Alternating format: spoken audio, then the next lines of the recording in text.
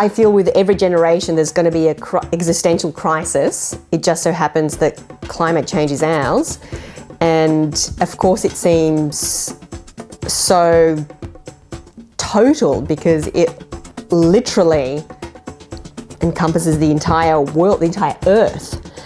But that's the challenge and the opportunity for even greater collaboration and collective action.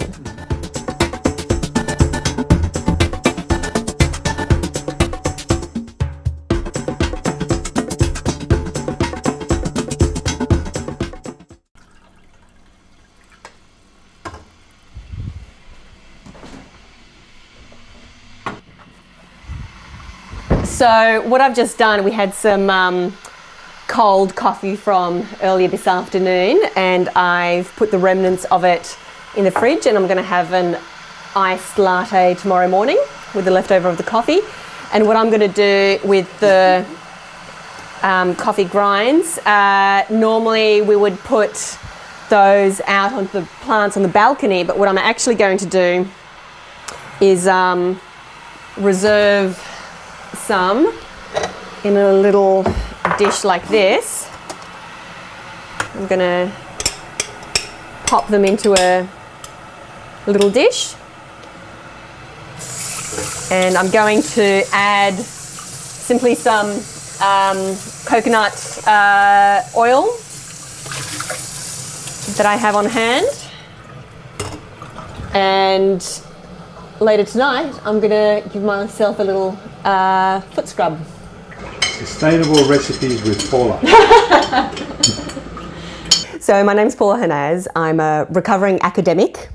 I currently work for the state government in environmental governance. I also have a PhD in transboundary water governance. I was looking at the Ganges and the Brahmaputra basins in South Asia, and I'm particularly interested in the effects of climate change on society, economy, and politics. So my research and policy interests very much lie on that interface between the environment and the human world, which I actually very much see as one and the same rather than two separate spheres, but my professional interests lie more in assessing and preventing the negative consequences of climate change on human society and the world. So I'm currently working on a project on environmental peace building in the Pacific region.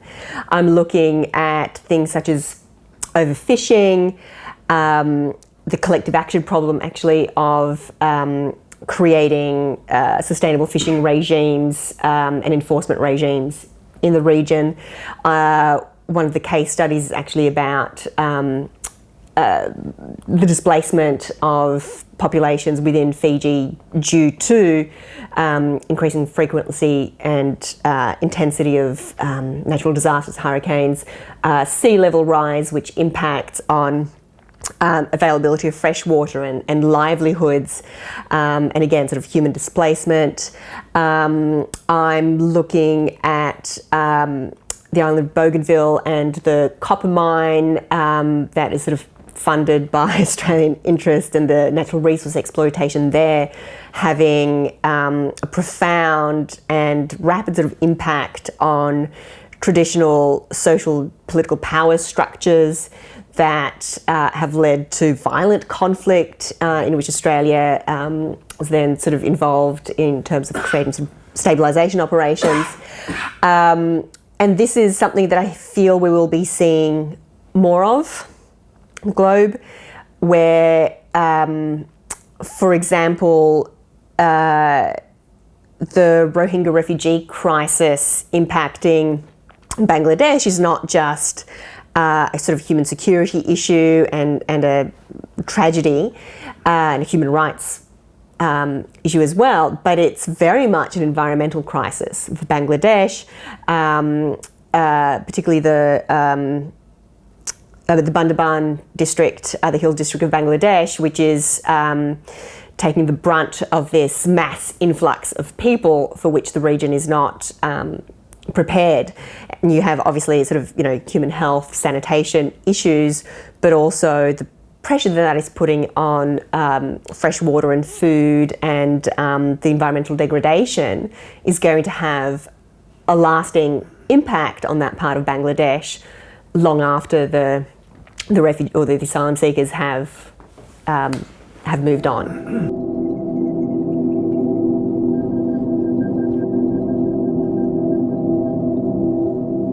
Well, I think to answer your question of how we got here into this sort of point of environmental crisis, really, I'm going to go back to your use of the word war. And I think the reason that it's appealing and in some ways appropriate, though in other ways not, is because it is so dramatic. It really conveys a sense of urgency, of something having to be done, and also of a fight, something being wrong that needs to be rectified perhaps by force because other avenues have failed.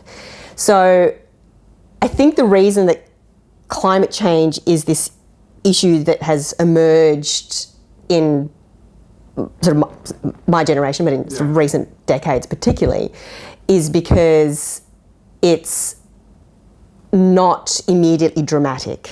It is a slow burn issue. It is a tragedy of the commons, really, to which we all contribute little bit by little bit, but it's not seen as a dramatic tragedy as other things that preoccupy us. For example, terrorism may seem particularly frightening because the consequences seem so, visual, so immediate, so unexpected. But when the tragedy evolves over decades and generations, then that sense of urgency isn't conveyed to us. And this is, I think, the very essence of human nature to ignore those slow burn problems. And I think we do this all the time in our personal lives as well.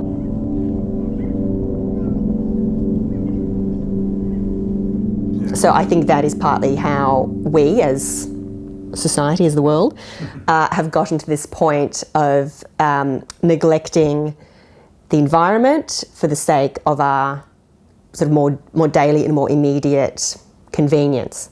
So the convenience of having, fossil fuel powered vehicles, the convenience of having single-use plastics, the convenience of flushing our toilets with drinking water. All of those things have brought great benefits to our society and economy in the short term, with the, I think, very much unintended long-term consequences, which we are now in the position of having to clean up and reverse and course correct in that way. I am using a hemp yarn to make a dish scrubby. It is part of some crafts that I do along with my local CWA, that's Country Women's Association, and we put together these eco bags of reusable, sustainable items that can be used in the kitchen. So there's the scrubbies, there's paper rubbish bags, there's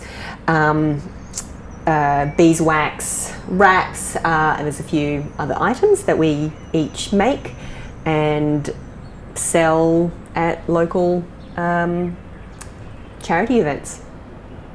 Here is a little stegosaurus. I've made a little sort of other toys for my daughter, as well as these slippers that are keeping my feet warm right now. So this is just a fun, creative way of making things for myself, my family, and friends that I don't have to buy. So it's good if it's the end of the world tomorrow and you're self-sustainable. You can make your own shoes. I can make my own shoes. I can make my own clothing and beanies for the winter and blankets and whatnot. Mm-hmm. Yeah, it's a very useful skill. So in recent years, recent decades, we've definitely seen the effects of climate change being compounded. Yep. So, as you've mentioned, increasing frequency and increasing intensity of natural disasters, increasing depletion of natural resources. And I guess what we're probably in violent agreement here about is not just that these phenomena happen in nature, in the environment, but they're also compounded, the effects of those environmental effects are compounded by the fact that the world's population of humans is also increasing at quite a rapid rate. And also, the increase of the human population also means an increase in consumption, which then contributes further and exacerbates further human effects on climate change, resource depletion, etc.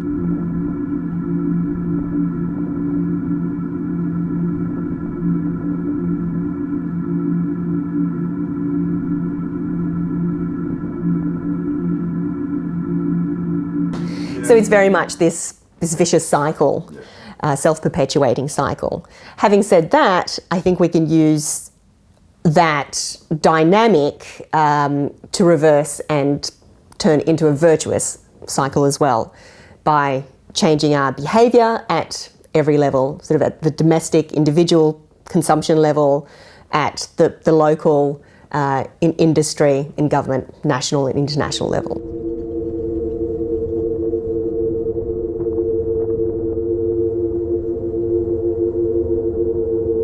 I think so far so little has been done to address the effects of climate change, partly because it is such a slow burn problem with so many different manifestations at different levels over different timescales. At the same time, it is such an overwhelming problem that when faced with something so intangible and monolithic, people feel powerless. And when people feel powerless, they are powerless. So I think that's one of the reasons that so little has been done to address the effects of climate change. I personally also think that, climate change denial has a role to play in this, but at the same time, the language that we use isn't necessarily conducive to obvious, tangible solutions. So when we talk about climate change, what do we mean? There are so many different effects of climate change, which is why I prefer to use that catch-all term, the effects of climate change.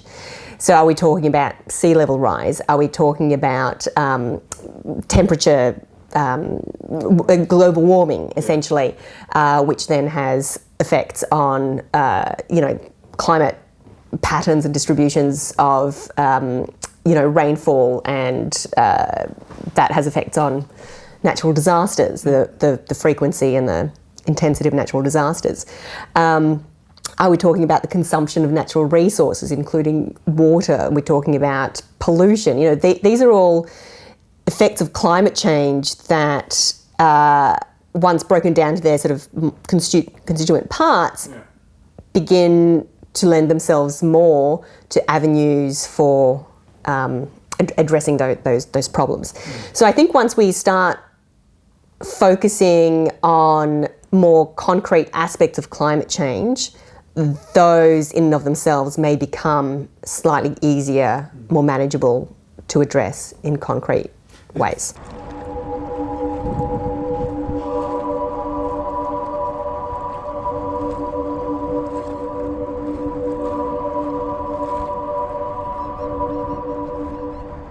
When we're talking about domestic consumption and lifestyle choices that have bearing on, our waste habits, consumption habits, the emotional labour that goes into making those decisions about lifestyle still largely falls on women. Mm-hmm. So there is this other absolutely. nexus of, I guess, the ethics of leading sustainable, ethical lives. There are many other considerations because when you're, for example, focusing on reducing nappies or feminine hygiene products going to landfill, those are decisions that largely fall on women to make in the domestic sphere. And at an individual level, those decisions have to be weighed up against other time constraints. Simply the convenience aspects that, it's a trade-off at an individual level. So the time that I personally am not spending in washing cloth nappies, I am spending in working in environmental governance.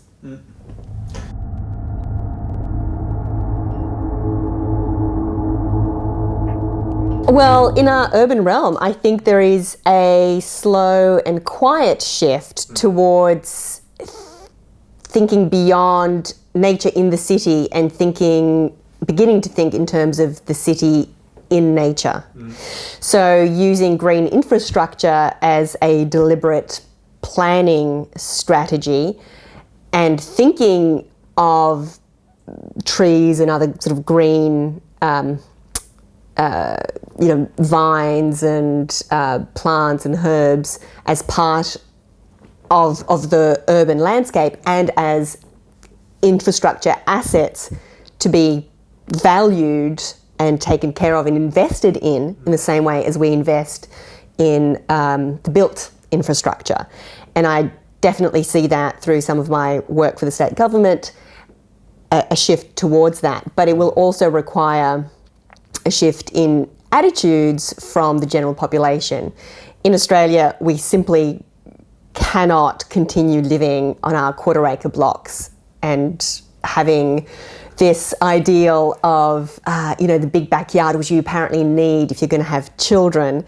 I think that's, in terms of my personal lifestyle, that's not the lifestyle that I have chosen for myself, but also in more sort of macro scale, we are, as a society, going to have to move towards more sort of dense urban dwellings, sort of medium density housing, and our governments are going to have to continue investing in that as part of a affordable housing sort of offering as well, but for the sake of the environment, and it's also easier to provide other social services such as public transport in slightly denser urban environments as well. And when we begin to think of our society and our economy as an ecosystem, much in the way that we are beginning to understand or reframe the way that we think about nature as an integrated ecosystem where changes in one part have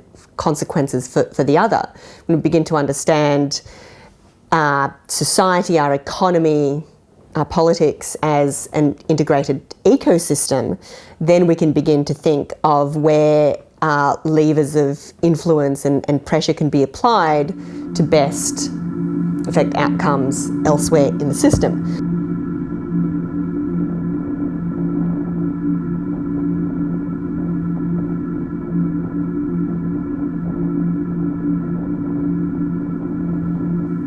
Properties are cheaper in floodplains, for example. And then they're also more expensive to insure there. And that's where we get the really human tragedy aspects of the effects of climate change, particularly the increasing frequency and extremity of natural disasters, particularly flood events. It is the people who are least able to cope with that who are the most profoundly affected, because they may not be able to either afford to live elsewhere, to afford the insurance for the reparations and the reconstruction.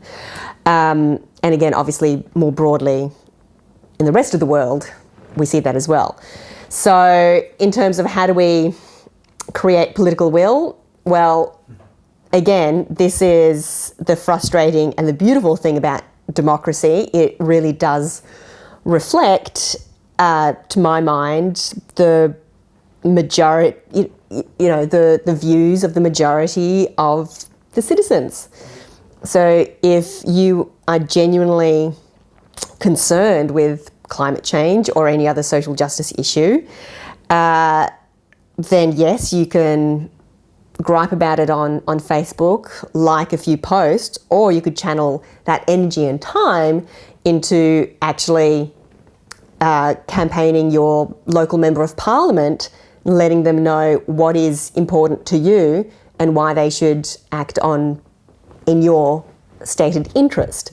In your experience, do you feel like you and your partner and your family at large are a rarity? Or is it you see that happening around you a lot? In this neighbourhood, we are not that rare in terms of our sort of environmental consciousness, but I do feel that we in particular have a maybe slightly higher understanding of the water consumption. I feel that sort of peers and neighbours are increasingly good at making sort of responsible and conscious choices about plastics consumption and waste. But again, that understanding of water consumption, of embedded water, virtual water, is still not quite up to that same level. So I feel in terms of our water consumption, maybe we're just a little bit ahead of the curve, but hopefully soon society will exceed our own sort of efforts. The water, the H2O that we can see and drink, that is only part of the water consumption that we are contributing to. The other thing that I feel we need to start as a society being more aware of is all the embedded water in all the food that we consume. So we already have an understanding, partly through corporate initiatives, of our carbon footprints. So I feel as a society we are generally fairly literate in terms of what can contribute to our carbon footprint, but we have not yet begun to understand our water footprint, which is comprised not only of the water that we drink, that we flush down our toilets, that we use in our very long showers, but that is also embedded particularly in the meat that we consume, in all the almonds for our almond milk, in our turmeric, soy, kale lattes. So I feel the next awakening really needs to be about water footprint.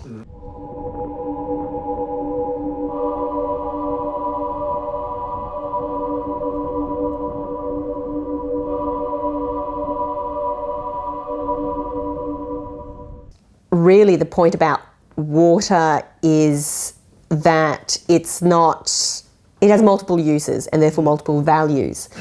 So the food, energy, water nexus is really the crux of the problem, because when we begin to run out of water, we begin to run out of food. And that is something I feel in Australia we are completely missing in the debates around water governance, and when we particularly talk about this false dichotomy of environmental flows versus the rights and benefits of Australian farmers, we forget that those interests are not and should not be pitted against each other, but rather they are very much the same interest.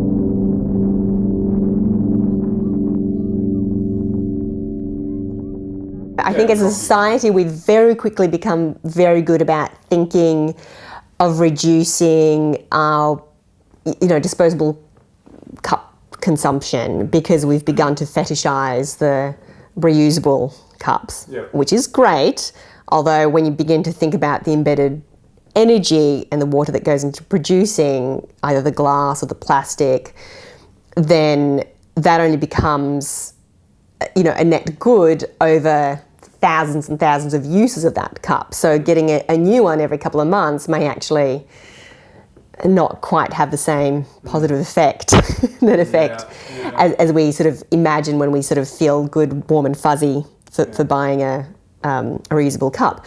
But really, if we wanted to have an actual positive impact, we'd do away with our coffee entirely because of, you know, all the water and the carbon miles that sort of go into bringing us our overpriced but delicious, you know, coffee every day. Again, I'm clearly, you know, biased, but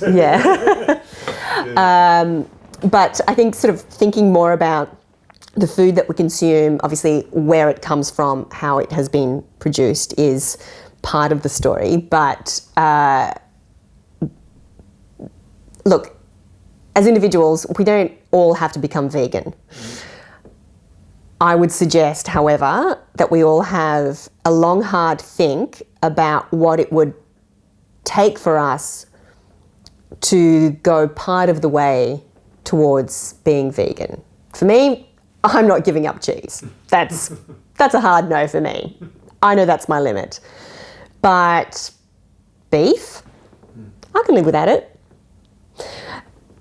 So I'm advocating for more conscious consumption choices, particularly in terms of our food and water consumption. I'm advocating for a reduction in the consumption of meat. If I had a magic wand, I would make all airline food plant-based by default, and if you particularly wanted dead animal on your flight, then you would have to tick a little box sort of saying that's the meal that you would like, rather than having meat as the default, and for vegetarians and vegans and other sort of dietary requirements to opt out of that. Likewise, you know, menus in cafes, ideally with my magic wand, I would like to serve as default all sort of plant-based vegetarian options with meat as the added extra, to make people sort of think a bit more consciously about, or mindfully about, what does that meat mean to them.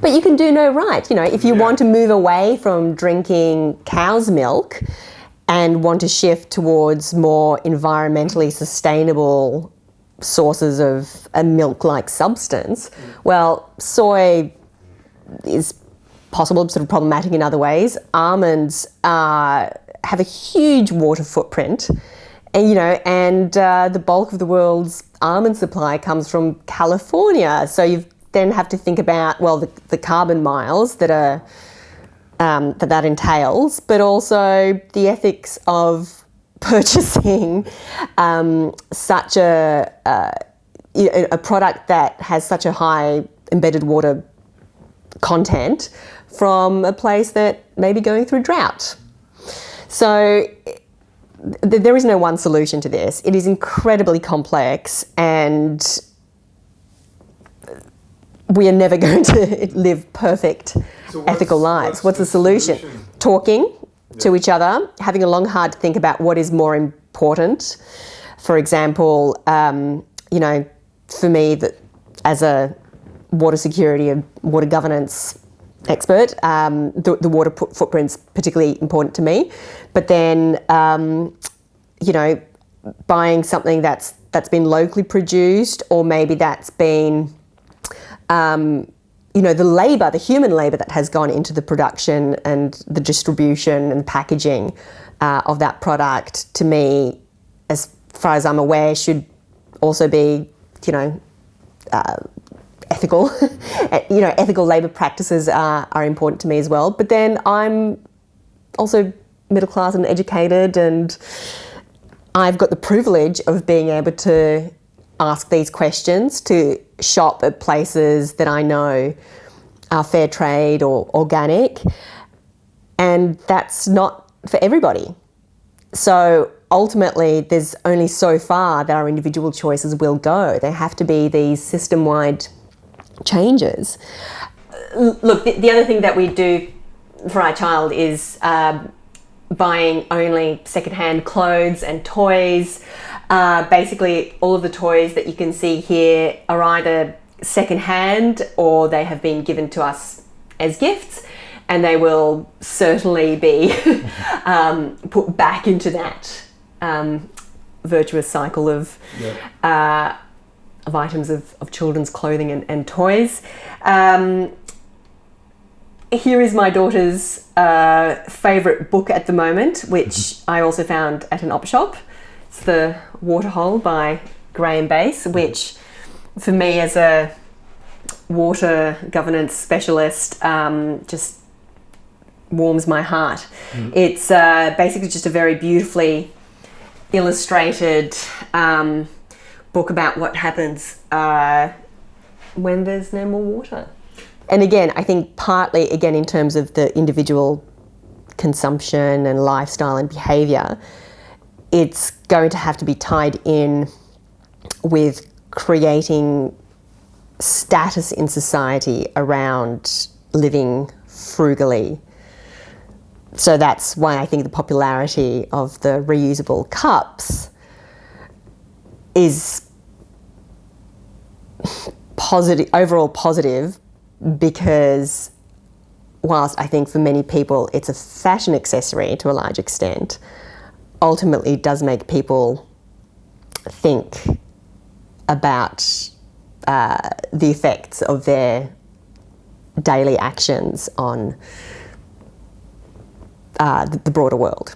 Yeah, particularly in terms of consumption and waste.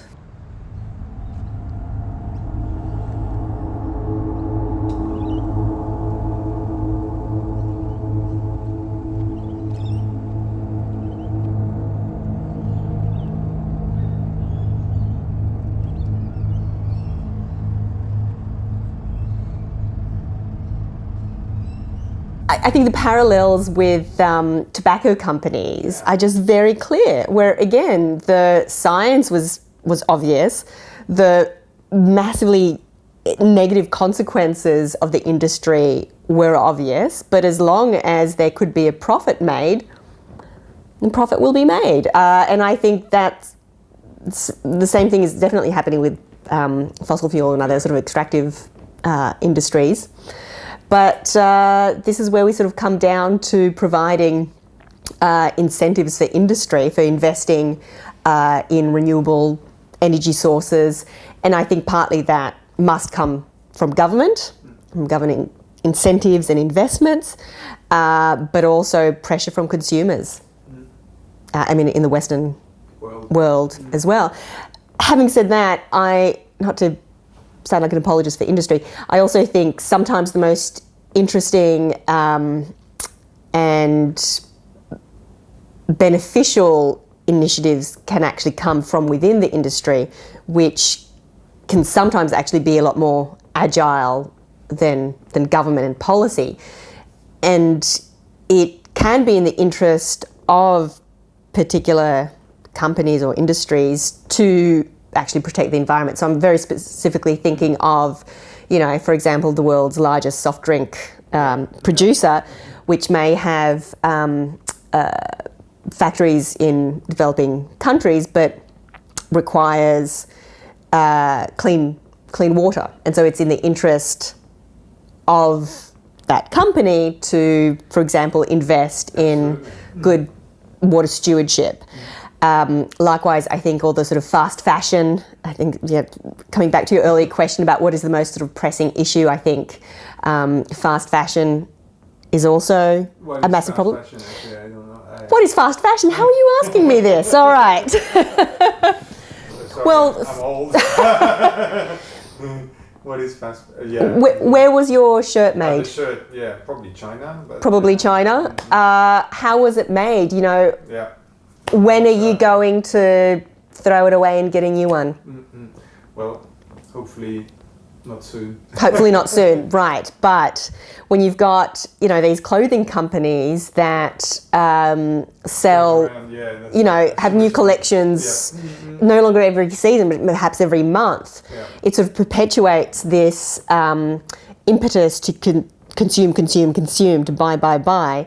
And of course, the quality of the garments is such that they fall apart quickly. So there's also the demand for the latest fashions and styles, but also the practicality of clothes quickly falling apart, combined with sort of loss of mending skills. Who knows how to sew on a button anymore? Or who would, darn a sock these days when you can just go out and buy a new pair? And these are, of course, produced primarily in countries such as Bangladesh, China, in generally, though not exclusively, appalling sort of working conditions. And then even if those working conditions are ethical, then we've got to think about, what is the environmental impact of the dyes that have gone into the fabrics that we are consuming? And then also, as we begin to shift towards greater demand for, natural fabrics, what is the effect of that on cotton growing, which is a massively, water-intensive crop, basically. So again, here is the complex trade-offs that we as individuals cannot possibly hold in our brains at the same time, especially when we have, say, a very quickly growing toddler who does need a shirt for 3 months and then will grow out of it if it hasn't been torn or stained through wear and tear in the meantime. So that's fast fashion. So I think that is actually another part of the immediate problem. But again, slowly, there are very practical things that we as consumers can do to begin sending signals to the market about that.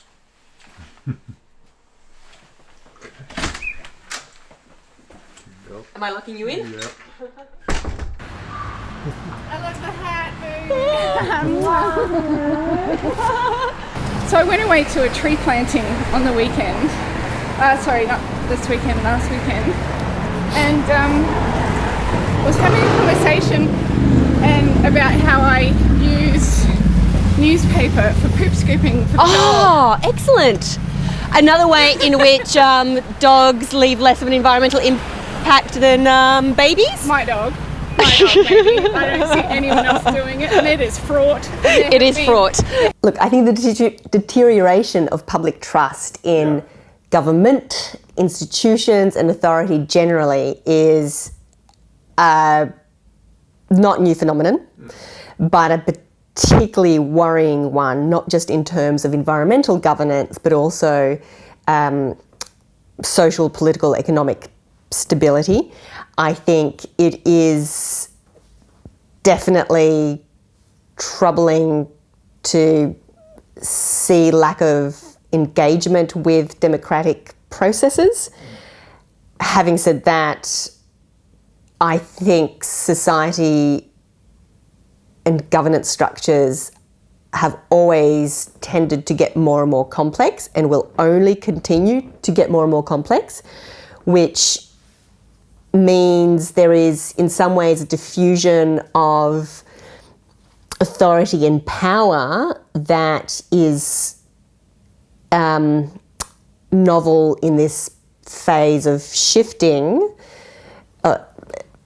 in this phase of change, but may ultimately create newer power structures and opportunities for addressing pressing issues at a more appropriate level. So how are we now so far along that we're in a climate emergency and... We've known this all along. We've known this since the Silent Spring. But you also can't stress too much about it because everything we do is wrong. Just our very existence has such an impact on the planet that, in complex, unintended ways that maybe positive in one aspect and then negative in another, that I don't think we can possibly stress too much.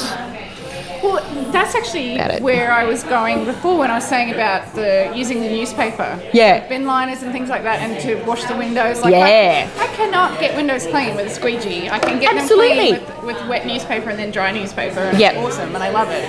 And I must The disintegration of like print journalism is a real threat to the cleanliness of our windows.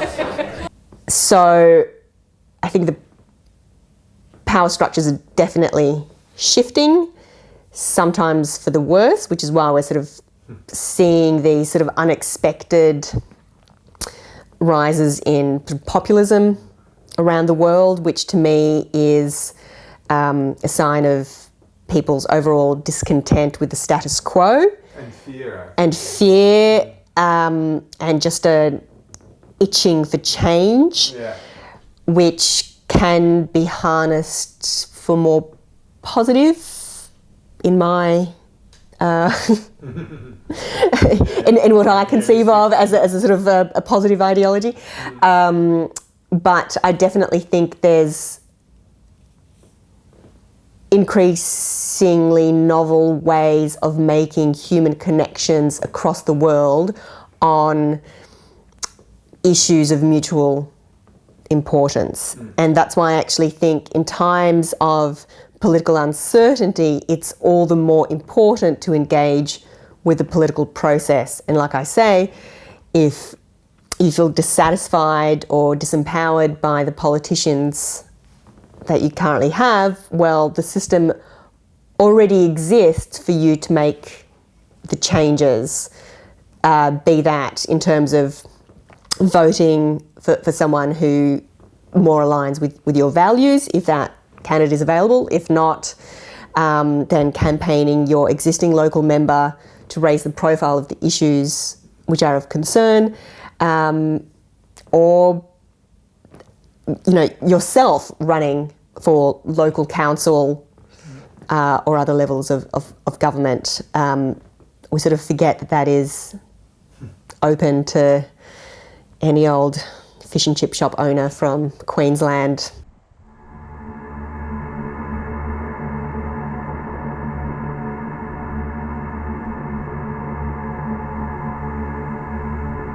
I mean, there's always going to be a rise and fall and a action and reaction, and in that sense, I sort of feel some of these populist movements are actually forcing a reconsideration of what is actually important and what do we want to see, and it's sort of motivating action, political action that can also be positive.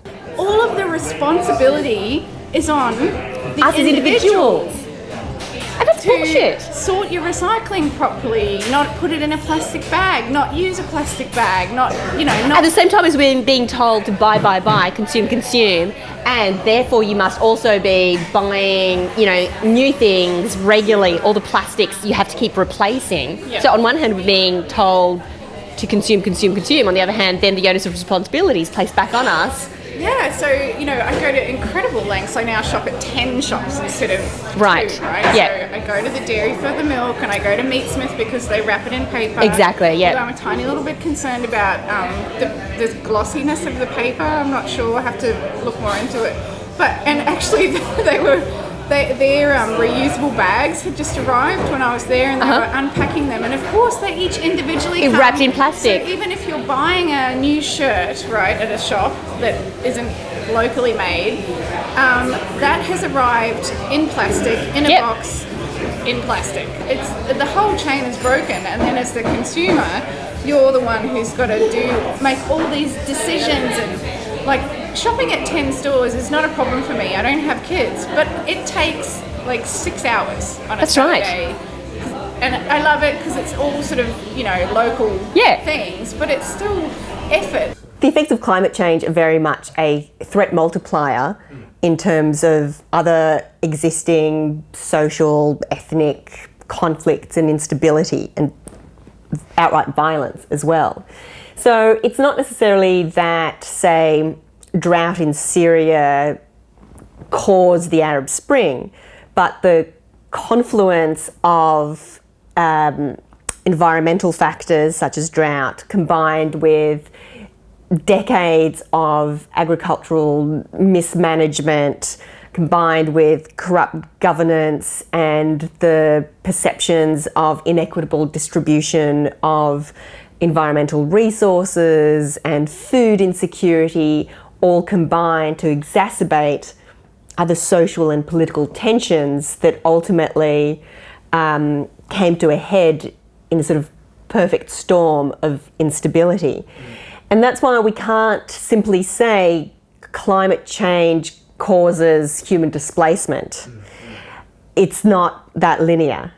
It's why, for example, California can go through a massive prolonged drought, but not, break out in civil war, basically, because there are other mitigating factors on that. So, sort of strong government, rule of law, strong economy, etc., where that creates the resilience that can absorb some of the shocks of the effects of climate change. Same in Australia, for example. So it's not as simple as saying that environmental scarcity or degradation or the effects of climate change will cause conflict, but it is yet another factor to consider in increasingly complex sociopolitical situations.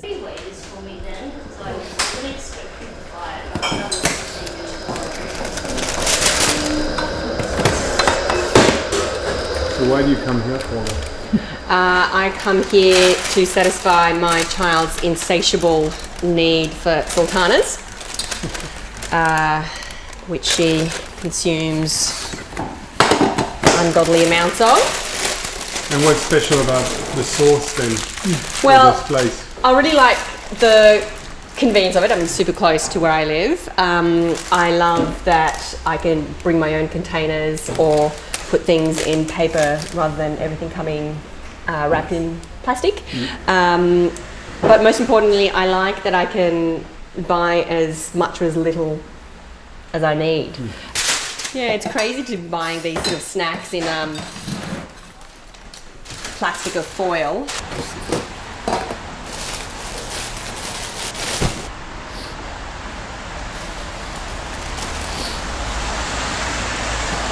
And to be honest, a lot of this stuff is actually better value. So is this the way of the future? I mean, like, absolutely. We just walk past the Coles. We did just walk past the Coles, straight past it. it. Like this? Should it be like this everywhere? I mean, ideally, yeah. To reduce the packaging in particular, but also to allow people to buy as much or as little as they need. And I think that helps people think more about fulfilling their needs rather than their greed, and reduces waste as well. And I think that's really important. And yeah, I love that I can bring my own containers here. I also not just buy sultanas, but also all of our liquid soap, dishwashing detergent, laundry detergent, spices. It's interesting thinking about the likelihood that my daughter probably won't need to learn to drive. She will probably have autonomous vehicles, and in my sort of socialist utopia mindset, I'm assuming will be a form of public transport not monopolised by a capitalist elite. So it's sort of interesting to think that perhaps she won't need to learn to drive, and cars that burn and aeroplanes that burn fossil fuels may be a relic of the past. That's really interesting. I think she will not blink an eye about the fact that all the water that she drinks will probably be recycled.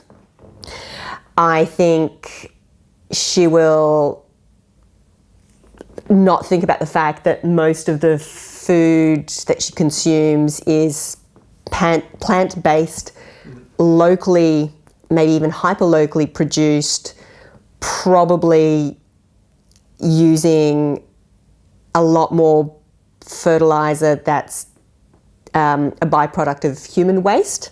I think that sort of moving towards more like a closed loop sort of system of food production and water recycling will just be the norm in her lifetime.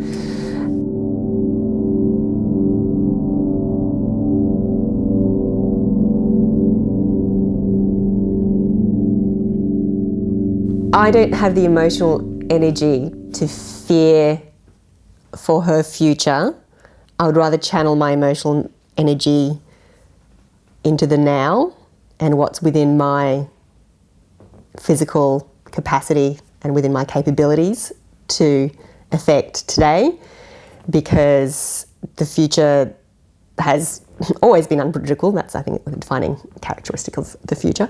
But I trust that we as her parents will instill in her good values, a sense of civic duty, which I think we as a society have lost, and I think is very important, not just in terms of the political sphere, but very much in terms of the environmental governance or the custodianship of the natural environment. And my partner and I very consciously make our lifestyle choices based on our strong sense of civic duty.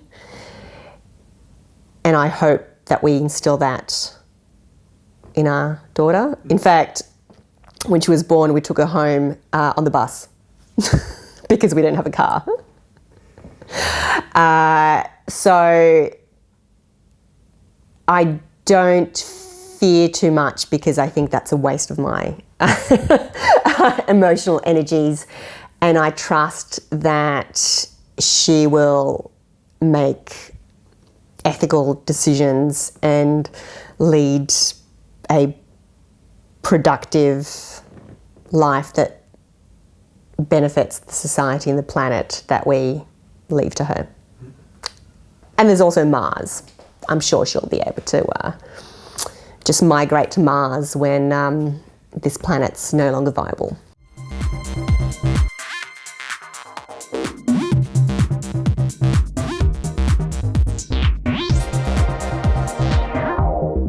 The thing that humanity is best at is bringing ourselves to the brink of self-imposed apocalypse and bringing ourselves back at the 11th hour.